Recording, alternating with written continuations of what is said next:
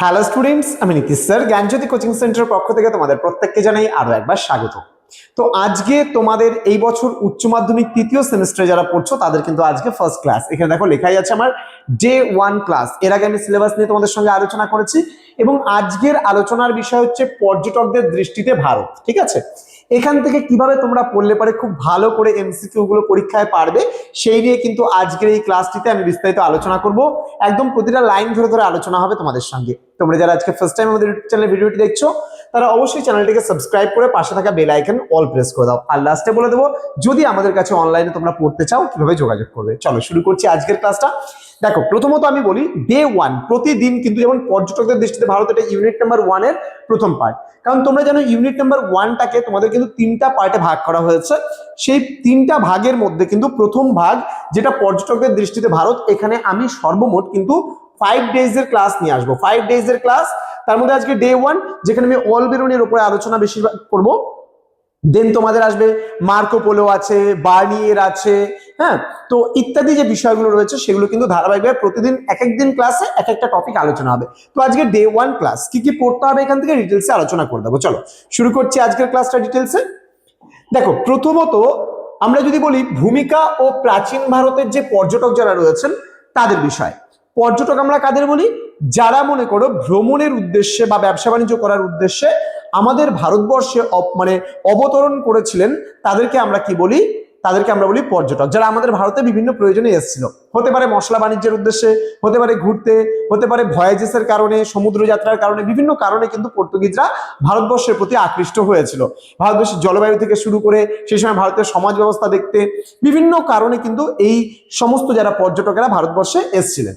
তো প্রথমে কি বলছে দেখো, বিদেশি পর্যটকদের বিবরণ ভারতের সমাজ, সংস্কৃতি এবং রাজনীতি জানার কিন্তু এক অমূল্য সম্পদ।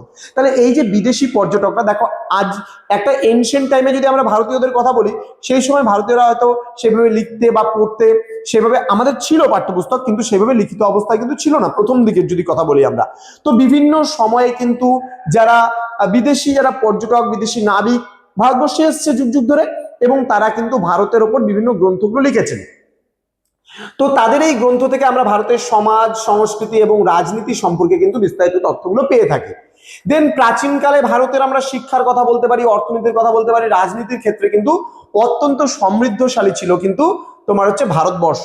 ঠিক আছে, প্রাচীনকালে যেমন আমরা নালন্দা বিশ্ববিদ্যালয়, তক্ষশিলা বিশ্ববিদ্যালয়ের কথা জানতে পারি, যেখানে বিশ্বের বিভিন্ন প্রান্ত থেকে, চীন, জাভা, সুমাত্রা, বিভিন্ন স্থান থেকে কিন্তু দেশ বিদেশ থেকে কিন্তু বিভিন্ন ছাত্রছাত্রীরা আমাদের ভারতবর্ষে পড়াশোনার উদ্দেশ্যে কিন্তু শিক্ষা গ্রহণ করতে কিন্তু সেই সময় আসতো। এছাড়া বলছে 10ম শতকের আগে উল্লেখযোগ্য পর্যটকের কথা যদি আমরা বলি, তাহলে আমরা মেগাস্তিনিসের কথা বলতে পারি, ফাহিয়েনের কথা বলতে পারি, হিউয়েন সাং এর কথা বলতে পারি এবং ইৎ সিং এর কথা কিন্তু আমরা বলতে পারি। এছাড়া বিভিন্ন জাতিগোষ্ঠীর মধ্যে আমরা আর্যদের কথা, শক, হুন, পাঠান, মোগল, ইউরোপীয় বণিকরা কিন্তু বিভিন্ন সময়ে কিন্তু ভারতবর্ষে এসেছেন। ঠিক আছে, ওকে। তারপরে কি বলেছে দেখো, এবার এই যে পর্যটকরা ভারতে এসেছিল কেন, তাদের আগমনের কারণ এবং মেগাস্তিনিস। ঠিক আছে, মেগাস্তিনিসের প্রসঙ্গে একটু বলা আছে। আগমনের মূল কারণ, কেন আসতো তারা বিদেশি পর্যটকরা? বলছে ব্যবসা বাণিজ্য করার উদ্দেশ্যে, ধর্ম প্রচারের উদ্দেশ্যে, অথবা ভারতের সম্পদের প্রতি যে একটা অগাধ আকর্ষণ তাদের কিন্তু ছিল। এছাড়া আলেকজান্ডার ভারতে এসেছিলেন সাম্রাজ্য প্রসারের উদ্দেশ্যে। তাহলে পর্যটকরা ভারতে এসেছিলেন কিন্তু এই সমস্ত উদ্দেশ্যগুলো পূরণ করার জন্য। এবার যদি আমরা মেগাস্তিনিসের কথা বলি, তাহলে সেলুকাসের দূত হিসাবে ভারতে আসেন তিনি। তার লেখা বইটির নাম হচ্ছে ইন্ডিকা গ্রন্থ থেকে কিন্তু ইউরোপীয়দের ভারত সম্পর্কে মানে আগ্রহী করে তোলে। তাহলে আজকে মেগাস্তিনিস এনশিয়েন্ট টাইমে ভারতবর্ষে এসেছিল এবং মেগাস্তিনিস আমাদের ভারতবর্ষ থেকে ঘুরে গিয়ে সে কিন্তু কি করেছে, যে ভারতে ভ্রমণ করার পরে তার যে অভিজ্ঞতা সঞ্চয় করেছিল, সেই অভিজ্ঞতার নিরিখে কিন্তু সে একটা পুস্তক লিখেছে, তার নাম কিন্তু ইন্ডিকা। এবং এই ইন্ডিকা গ্রন্থটি পড়ে ইউরোপীয় নাবিক যারা ছিল বা ইউরোপীয় বণিক যারা ছিল, তারা কিন্তু পড়ার পরে ভারতের প্রতি একটা আকৃষ্ট বোধ করেছিল, খুব অ্যাট্রাকটিভ হয়েছিল, ভারতের আকর্ষণের প্রতি কিন্তু তারা আকৃষ্ট হয়ে কিন্তু আবার ভারতবর্ষ ভ্রমণে কিন্তু অগ্রসর হয়েছিলেন। এবার বৌদ্ধ পর্যটকদের মধ্যে আমরা বলতে পারি ফাহিয়েন, তারপরে যে চীনা পর্যটক ছিল, তারপরে হিউয়েন সাং এবং ইৎ সিং বৌদ্ধ ধর্ম সম্পর্কে কিন্তু জ্ঞান লাভের উদ্দেশ্যে এদেশে এসেছিলেন। তাহলে বৌদ্ধ পর্যটক না, এরা ছিল চীনা পর্যটক, কেউ ছিল অন্যান্য বিভিন্ন দেশের পর্যটক ছিল, কিন্তু বৌদ্ধ ধর্ম সম্পর্কে জ্ঞান অর্জন করার জন্য কিন্তু বা জ্ঞান লাভ করার জন্য, যেহেতু বৌদ্ধ ধর্মটা বেশ উদার ছিল, শান্তিপ্রিয় ধর্ম ছিল, সেহেতু মানুষজন কিন্তু এটার প্রতি খুব সহজেই আকৃষ্ট হয়ে গিয়েছিল। ওকে, নেক্সট কি রয়েছে? নেক্সট আমরা বিভিন্ন পর্যটকদের তালিকা সম্পর্কে জানবো, যেটা বিভিন্ন শতকের উপরে যে তোমাদের কথাগুলো বলা রয়েছে সেখানে। দেখো, আল বেরুনি পারস্য থেকে এসছে এবং মামুদের সঙ্গী ছিল তিনি, তার গ্রন্থের নাম ছিল তহকক-ই-হিন্দ। একদম সংক্ষিপ্ত আকারে কিন্তু আমি বলে দিয়েছি জিনিসগুলো, একদম চার্ট করে নিয়ে। মার্কো পোলো ছিল, মার্কো পোলো কি ইতালি দেশ থেকে আগমন করেছে এবং ভেনিসের পর্যটক ছিল, দক্ষিণ ভারত কিন্তু ভ্রমণ করেছিলেন মার্কো পোলো। আমি প্রত্যেকটা পর্যটকদের তালিকা এখানে দিয়েছি, এখানে প্রথমে 1 থেকে 8 জনের তালিকা এখানে দিয়েছি এবং পরবর্তীতে আরো ধীরে ধীরে আমরা কিন্তু পাবো। তাহলে খুব গুরুত্বপূর্ণ যেগুলো আমি মার্ক করে দিচ্ছি, এগুলো পড়বে। ইবন বতুতা যে ছিল, ইবন বতুতা উনি মরক্কো দেশ থেকে এসেছিল এবং মোহাম্মদ বিন তুগলকের দরবারের কিন্তু বিচারক ছিল এই ইবন বতুতা। শিহাবুদ্দিন আল উমারি না পড়লেও চলবে, জেনে রাখতে পারো। মাদাগাস্কার থেকে ভারতে আসছিলেন, আরব দেশ থেকে মাদাগাস্কার হয়ে এসেছিল। নিকোলো কন্টি মনে রাখবে, ইনি ইতালি ছিল, ইতালি পর্যটক।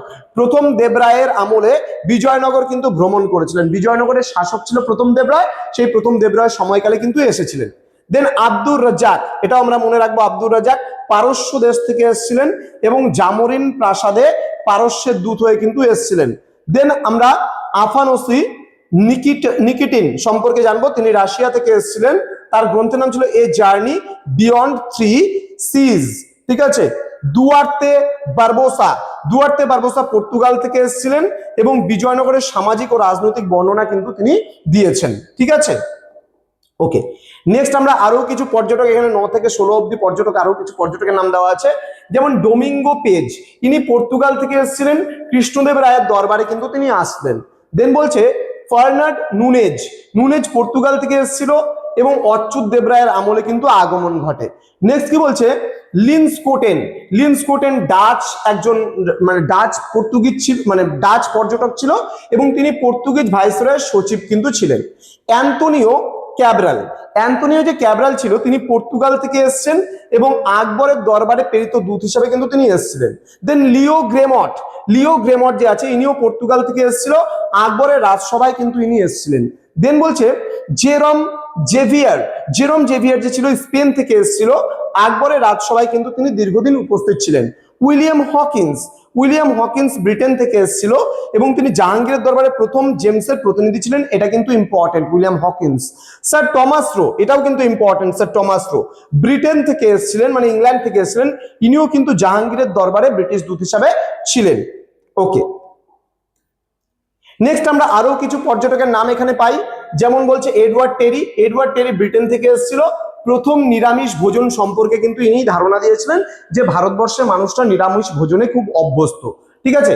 পিয়েত্রো ডেলা ভালে, ইনি ইতালি থেকে এসেছিল, রাজা ভেকাটাপ্পা নায়কের সভায় কিন্তু তার আগমন ঘটে। দেন পিটার মান্ডি যে ছিল, ইতালি থেকে এসেছিল এবং শাহজাহানের দরবারে তিনি দীর্ঘদিন ছিলেন। দেন তাভারনিয়ের, এটাও গুরুত্বপূর্ণ, ফ্রান্স থেকে এসেছিল এবং শাহজাহানের দরবারে ফরাসি পর্যটক কিন্তু ছিল। নেক্সট বলছে গ্যামেলি কারেরি ইতালি থেকে এসেছিল এবং সামরিক ও প্রশাসনিক বর্ণনা কিন্তু তিনি দিয়েছিলেন। দেন ফ্রাঁসোয়া বার্নিয়ে ফ্রান্স থেকে এসেছিল এবং তিনি শাহজাহানের চিকিৎসক কিন্তু ছিল। দেন উইলিয়াম নরিস যে ছিল, তিনি কিন্তু ইংল্যান্ড থেকে এসেছিল, ঔরঙ্গজেবের রাজত্বকালে তার আগমন ঘটে। দেন বলছে জন ফ্রিয়ার যে ছিল, ইংল্যান্ড থেকে এসেছিল এবং সুরাট ও বোম্বের বিশদ বিবরণ কিন্তু তিনি দিয়েছেন। ক্লিয়ার? ওকে, তো এবার আমাদের সিলেবাসে থাকা 5 জন গুরুত্বপূর্ণ যে পর্যটকের প্রসঙ্গ রয়েছে এবং আমরা এই 5 দিনের ক্লাসে এই 5 জন গুরুত্বপূর্ণ পর্যটকের ব্যাপারেই কিন্তু আমরা আলোচনাটা করব। আগে ছিল আমাদের ইন্ট্রোডাকশন ক্লাস, যেখানে আমরা আলোচনা করলাম যে তোমাদের কোন কোন বিষয়গুলো পড়া উচিত ডে 1 এর ক্লাসে। ডে 1 এর ক্লাস এখনো শেষ হয়নি। আমার প্রসঙ্গটা হচ্ছে এই যে তোমাদের যে পর্যটকদের ব্যাপারে বলা রয়েছে প্রথম ইউনিটের প্রথম অধ্যায়ে, সেখানে আমরা 5 জন পর্যটকের ব্যাপারে জানবো। ডে 1 যে আমরা ক্লাস করছি সেখানে আমরা জানবো আল বিরুনির উপরে। ডে 2 যে আমরা ক্লাস করব তখন জানবো আমরা মার্কো পোলোর ব্যাপারে। আমরা ডে 3 তে আমরা ক্লাস করব ইবন বতুতার ব্যাপারে, ডে 4 এ আমরা ক্লাস করব আমাদের আব্দুর রাজাকের ব্যাপারে, দেন আমরা ডে 5 এ ক্লাস করব ফ্রাঁসোয়া বার্নিয়ে যে আছে ডে 5 এ, সরি ডে 5 এ আমরা ক্লাস করব ফ্রাঁসোয়া বার্নিয়ের সম্পর্কে। তো ইনাদের ব্যাপারে একটু জেনে নিই আমরা। আর আলবেরুনি সম্পর্কে আজকের আলোচনাটা হবে। উজবেকিস্তান থেকে আলবেরুনি, উজবেকিস্তান দেশ থেকে, এটা 11 হবে, যদিও বা ভালো মতো ওঠেনি, প্রিন্টিং মিস্টেক। তো 1100 শতক থেকে গ্রন্থের নাম হচ্ছে কিতাবুল হিন্দ। এখানে মার্কো পোলোর ব্যাপারে বলা হয়েছে ইতালি, এখানে ত্রয়োদশ শতক মানে 13 শতকে। ভেনিসের বণিক ছিলেন ও পর্যটক ছিলেন। ইবন বতুতা মরক্কো থেকে এসেছিলেন, এটা 1400 শতক, কিতাবুল রিহলা এর গ্রন্থের নাম। দেন আব্দুল রাজাক যে ছিল 1442 সালে এসেছিলেন, মাতলা উস সাদাইন তার গ্রন্থের নাম ছিল। এবং বার্নিয়ে যে ছিল ফ্রাঁসোয়া বার্নিয়ে, ফ্রান্স থেকে এসেছিলেন 1656 সালে। উপাধি হচ্ছে পর্যটকদের যুবরাজ নামে কিন্তু পরিচিত। তো আজকে ডে 1 এর ক্লাসে আমরা আলবেরুনি সম্পর্কে জেনে নেব ডিটেলসে।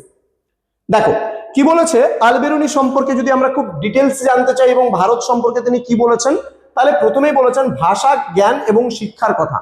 তো আলবেরুনির ভাষা জ্ঞান এবং শিক্ষা কতটা ছিল সেটা একটু জেনে নিই আমরা, চলো। তিনি সিরিয়, আরবি, ফার্সি, হিব্রু, সংস্কৃত ভাষায় কিন্তু দক্ষ ছিলেন।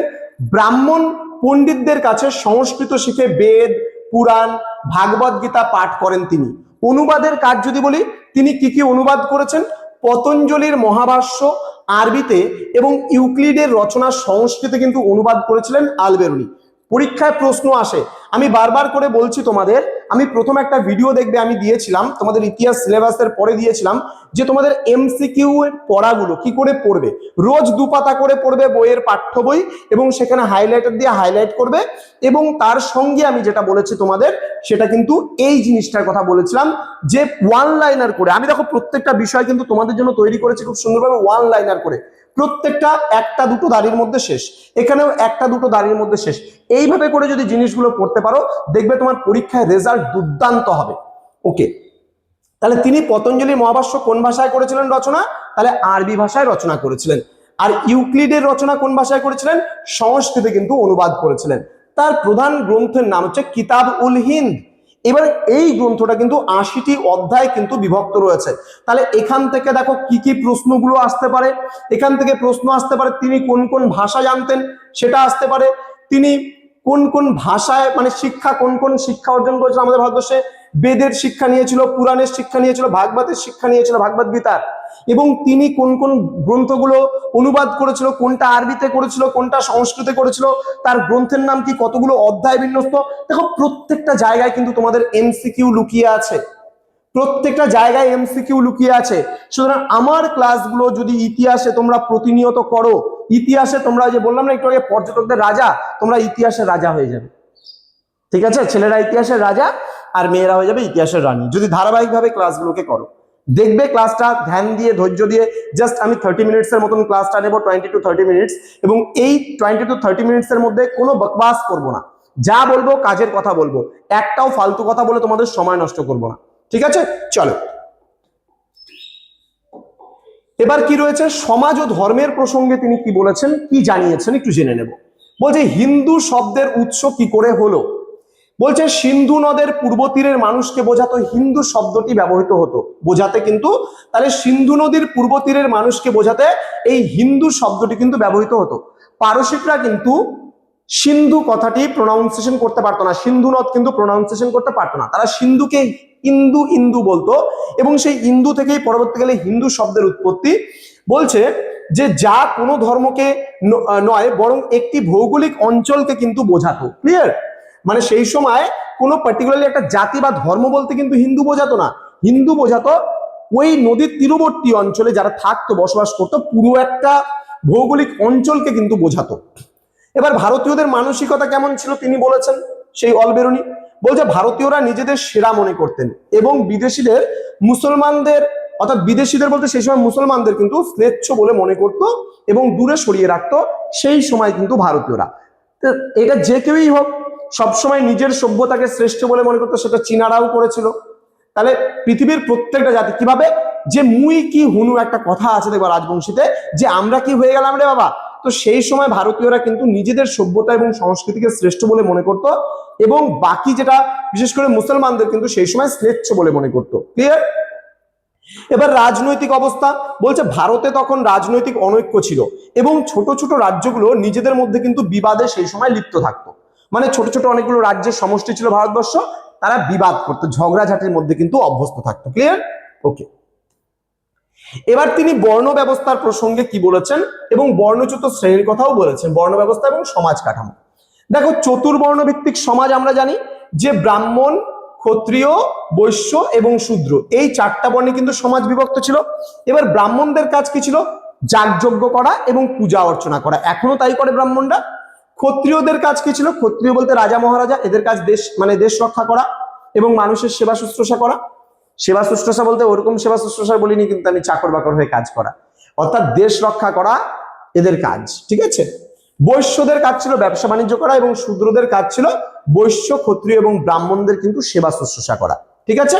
এবার বর্ণচ্যুত শ্রেণীর কথা বলেছেন ভারতবর্ষে। অন্তজ শ্রেণী ছিল, অন্তজ শ্রেণীর মধ্যে ধোপা এবং মুচিরা পড়ে, এবং অদ্ভুত শ্রেণীর কথা বলেছেন যাদের মধ্যে হাঁড়ি এবং ডোম শ্রেণীর মানুষেরা পড়ে। এদেরকে কিন্তু দুর্গের বাইরে বসবাস করতে হতো সেই সময়, মানে মূল জায়গা, যেমন আমরা মহেঞ্জোদারো মুভি অনেকে দেখেছি, সেখানে তোমরা দেখেছো ঋত্বিক রোশন নিচু এলাকা থেকে উঁচু এলাকায় যায় এবং সেখানে কিন্তু ওই উঁচু এলাকাতে সম্ভ্রান্ত মানুষেরা থাকতো, অচ্যুত শ্রেণীরা বা অন্তজ শ্রেণীরা বা অদ্ভুত শ্রেণী যারা ছিল তারা কিন্তু থাকতে পারতো না সেখানে। আচ্ছা, চতুরাশ্রম প্রথার কথা একটু বলে দেই আমি। বলছে ব্রাহ্মণদের জীবন কিন্তু 4টি স্তরে বিভক্ত ছিল, যেমন ব্রহ্মচার্য, গার্হস্থ্য, বানপ্রস্থ এবং সন্ন্যাস। অর্থাৎ ব্রহ্মচর্যটা কি? অর্থাৎ তোমার যতদিন পড়াশোনার জীবন থাকবে সেটাকে আমরা ব্রহ্মচর্য বলি। অর্থাৎ শিশু জন্মগ্রহণ করার পরে যখন থেকে তার বিদ্যা চর্চা শুরু হয় যতদিন পর্যন্ত শেষ না হয় সেটা হচ্ছে ব্রহ্মচর্য আশ্রম। গার্হস্থ্য বলতে তোমার পড়াশোনার জীবন শেষ, তুমি এখন বিয়ে শাদী করলে, তারপর যতদিন তোমার বিয়ে শাদী কমপ্লিট না হচ্ছে, কমপ্লিট হওয়া পর্যন্ত সংসার জীবন যতদিন ধরে তুমি অতিবাহিত করছো সেটাকে বলে গার্হস্থ্য। দেন আসলো বানপ্রস্থ, মানে বনে গিয়ে ঈশ্বরের চিন্তায় নিমগ্ন থাকা। আর সন্ন্যাস বলতে যেটা বোঝাচ্ছে সেটা হচ্ছে ত্যাগ, ঠিক আছে। ওকে, নেক্সট কি রয়েছে? হ্যাঁ, নেক্সট রয়েছে তোমার বিবাহ ও প্রথা সম্পর্কে তিনি কি বলেছেন। দেখো, বিবাহ সম্পর্কে তিনি বলেছেন বাল্য বিবাহ প্রচলিত ছিল সেই সময়, তবে বিবাহ বিচ্ছেদ কিন্তু ছিল না। বাল্য বিবাহ মানুষ ছিল কিন্তু ডাইভোর্স সিস্টেম কিন্তু সেই সময় ছিল না। সতীদাহ প্রথার ব্যাপারে কি বলেছেন? বলছে বিধবাদের আজীবন বৈধব্য পালন অথবা সতী হওয়া বা সহমরণ কিন্তু বাধ্যতামূলক ছিল। হয় তোমাকে সারা জীবন কিন্তু বিধবা বা বৈধব্য হয়ে সাদা শাড়ি পরে কাটাতে হবে, না হলে কিন্তু সতী হওয়া হতে হবে, সহমরণ, যেটাকে আমরা সতীদাহ প্রথা বলি, স্বামীর চিতায় স্ত্রীকে জ্যান্ত পুড়িয়ে মারার প্রথা। নেক্সট বলছে অন্ত্যেষ্টি ক্রিয়া, মানে শেষ কার্য, যেটা মরার পরে মানুষ মারা গেলে পরে তারপরে যে কার্যটা করা তাকে বলে অন্ত্যেষ্টি ক্রিয়া। বলছে মৃতদেহ দাহ করার প্রথা ছিল, বিশ্বাস করা হতো চিতার ধোঁয়া আত্মাকে ঈশ্বরের কাছে নিয়ে যায়। যখন একটা চিতা জ্বালানো হয়, চিতার ওপর থেকে যে ধোঁয়াগুলো বের হয় সেই ধোঁয়া কিন্তু তোমার আত্মাকে ঈশ্বরের কাছে নিয়ে যাবে, সেটা কিন্তু মানুষ বিশ্বাস করত এই অন্ত্যেষ্টি ক্রিয়াটাকে। আচ্ছা, শিক্ষা, বিজ্ঞান ও শিল্পের ব্যাপারে একটু আমরা জেনে নেব তিনি কি বলেছেন আলবেরুনি। লিপি ও ভাষার ক্ষেত্রে বলছে সিদ্ধ মাতৃকা ছিল প্রচলিত বর্ণমালা সেই সময়। উত্তর ভারতে গাছের ছাল বা ভুজ ও দক্ষিণে তালপাতা ব্যবহৃত হতো। বিজ্ঞান ও স্থাপত্যের ব্যাপারে বলেছে ভারতীয়রা জ্যোতির্বিজ্ঞান ও চিকিৎসা বিজ্ঞানে উন্নত ছিল। আলবেরুনি সোমনাথ ও সুলতানের মন্দিরের প্রশংসা করেছিলেন, সরি মুলতানের, এটা মুলতানের হবে, মুলতানের মন্দিরের প্রশংসা করেছিলেন। তো এই ছিল আজকের আমার ক্লাস। তো স্টুডেন্ট, তোমরা যারা এখনো পর্যন্ত আমাদের চ্যানেলটিকে সাবস্ক্রাইব করোনি, সাবস্ক্রাইব করে পাশে থাকা বেল আইকন অল প্রেস করে দাও। তোমরা যদি অনলাইনে আমার কাছে সরাসরি ইতিহাস বিষয়টিকে পড়তে চাও তাহলে যোগাযোগ করবে আমাদের অফিসিয়াল নাম্বার 6295916282 এবং 7076398606 নম্বরে। তোমাদের উজ্জ্বল ভবিষ্যৎ গড়ে তুলবো আমরা, এটা কিন্তু আমাদের জ্ঞানজ্যোতি কোচিং সেন্টারের প্রতিশ্রুতি। তো স্টুডেন্ট, একটা জিনিস তোমাদের দেখাবো, এই যে বিষয়টা পড়ালাম এটাকে কিন্তু আমরা একটু রেডি করেছি। আমি তোমাদের বিষয়টা দেখিয়ে দিচ্ছি যে কেমন ধরনের তোমরা ওয়ান লাইনার পাবে। আমি খালি মুখে বলি না, কাজেও করে দেখাই, তো সেই জিনিসটাকে তোমাদের একটু দেখিয়ে দিচ্ছি। হ্যাঁ, দেখো, জাস্ট এটা আমাদের ডে 1 এর ক্লাস। আমি একটা পিডিএফ শো করছি এখানে তোমাদের সামনে, তোমরা দেখলে পারে বিষয়টা বুঝতে পারবা। দেখো, এই যে পর্যটকদের দৃষ্টিতে ভারত, এটা ডে 1, ইউনিট 1 এর ডে 1 এর ক্লাস। আমরা কিছু ভূমিকা এখানে দিয়েছি, একদম প্রত্যেকটা জিনিস তোমাদের যে পড়বে তোমরা একদম হাতে ধরা। তোমরা যদি এটাকে জাস্ট আমাদের কাছ থেকে নাও, নিয়ে যদি পড়ো জিনিসগুলো, তাহলে কিন্তু তোমরা খুব ভালো রেজাল্ট করতে পারবে। দেখো ধারাবাহিকভাবে বিশিষ্ট 5 জন পর্যটকের ব্যাপারে দিয়েছি, যাদের ব্যাপারে আমাদের এই লেসনে পড়তে হবে। এবার অল বেরুনি সম্পর্কে এবং ভারত সম্পর্কে যা যা কিছু আছে এগুলো নিয়েই কিন্তু আমাদের বানানো নোটস দিয়ে আমরা নিজেরা স্লাইড তৈরি করেছি। কোথা থেকে কপি বা এখানে আমাদের ওয়াটারমার্কও দেওয়া আছে, দেখবা প্রত্যেকটা নোটসের মধ্যে একদম সুন্দর করে এখানে ক্রিস্টিকল এডুকেশন বলে আমাদের কিন্তু ওয়াটারমার্ক দেওয়া আছে, এবং প্রত্যেকটা আমাদের কাজ কিন্তু নিজস্ব কাজ, সুন্দরভাবে যেন স্টুডেন্টরা এই যে পরীক্ষাগুলো দেবে 3rd সেমিস্টার এবং 4th সেমিস্টার, একটা স্টুডেন্ট যেন খুব ভালো রেজাল্ট করে খুব ভালো জায়গায় পৌঁছাতে পারে, তার জন্য কিন্তু আমাদের এই প্রচেষ্টাটা। তো আমাদের জ্ঞানজ্যোতি কোচিং সেন্টারের ভিডিওগুলো ভালো লাগলে বন্ধুদের সঙ্গে শেয়ার করে দেবে, যেন প্রত্যেকের কাছে পৌঁছায়। স্কুলে গেলে পরে একটু আলোচনা করবে বন্ধুদের সঙ্গে যে স্কুল স্টাডি চ্যানেলটা একটু ফলো কর, দেখবি সেখানে স্যারেরা যে ইতিহাসগুলো বা রাষ্ট্রবিজ্ঞানগুলো পড়ায় তাদেরকে জাস্ট একবার দেখতে বলো, যদি ভালো লাগে তারাই আবার তাদের ফ্রেন্ডদের কিন্তু রেফার করবে। তো স্টুডেন্ট, দেখা হচ্ছে খুব তাড়াতাড়ি ডে 2 এর ক্লাস নিয়ে তোমাদের সঙ্গে আমি প্রেজেন্ট হব, যেখানে মার্কো পোলোর উপরে আলোচনা করব। Thank you so much, thanks for watching after all, thank you.